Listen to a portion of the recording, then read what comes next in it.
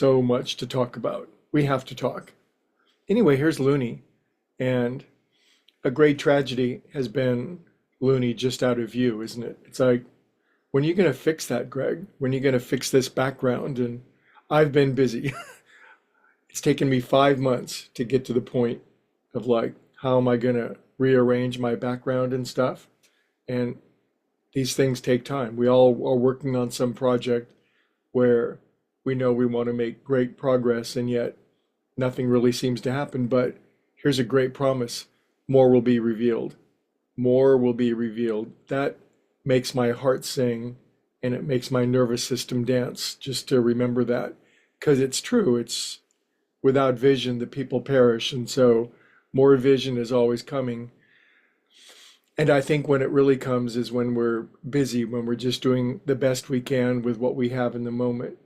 And because here's a story from, just a quick little story from Emmett Fox. He's talking about the discovery of diamonds in South Africa. And of course, that does have a dark side to it. But in terms of natural geology, there's a great story within it, because when they discovered diamonds in South Africa, they discovered diamonds in yellow clay. If you dig down, there was a strata of yellow clay, and they began to discover more diamonds in yellow clay than they had discovered anywhere. I mean, this is 250 years ago, 200 years ago, and they were discovering more whopping big diamonds than anywhere else in the world and they'd ever seen. And they were, well, you can imagine. You can imagine how enthralled you would be if one day you looked at your bank account and it just happened to be, 10 times larger than it was before, if you care about money. I'm just using that as an example. But they kept digging and were amazed, and then they found the blue clay. And in the blue clay, they got their minds absolutely blown, because in the blue clay, they were finding more diamonds in a day than they had been finding in a month before. Emmett Fox uses this story at the beginning of his book, Sermon on the Mount, to talk about the spiritual life, meaning the more we're busy in our spiritual activity, the more we're busy in a coherent, cohesive, coordinated way, that there's always something more that's going to be revealed. And sometimes when it comes when we least expect it. And for me, I call these game changer moments. Now, game changer moments come in three varieties: small, medium, and whopper.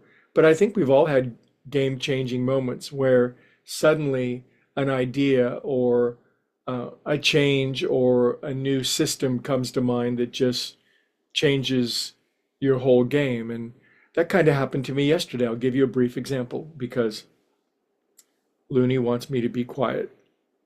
Anyway, the brief example is that, it's like, where am I going to put the camera and how am I going to get Looney in it? And so I suddenly realized I could flip my camera around, and there's no room in my little room where I do my thing. And I do life coaching in here, and I'm always having to drag a chair into this room for the beloved that I'm coaching with. And it's like, wah, it makes me all grumpy when I have to do that. Do you ever get grumpy?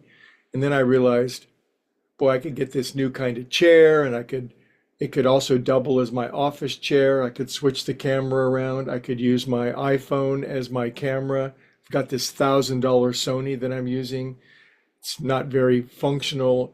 There's new software on the iPhone where I can plug it into my laptop, and I can use my iPhone to zoom in and zoom out. So cool. And then because I can zoom in and zoom out, I can zoom in on Looney sometimes, which will mean I'll instantly bounce to a million subscribers, because I understand in pure humility that most people tune in to see Looney. And I built a new cat tree over there, and wow, it was just one of those game-changing ideas. Now, is that a super whopper game-changing idea?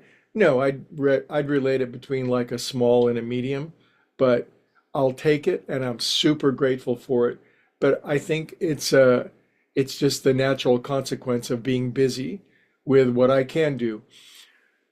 If I do the possible, God will do the impossible. I get chills all through my body. I cannot remember that enough. And every time I feel like nothing's happening, I'm dead in the water.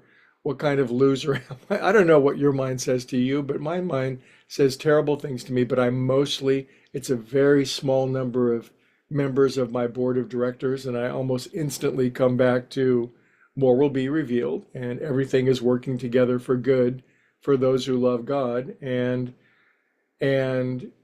more will be revealed. So more will be revealed for you as well, of course. And I'm looking forward to that. I'll see you tomorrow from a different angle. Have a beautiful day, you guys.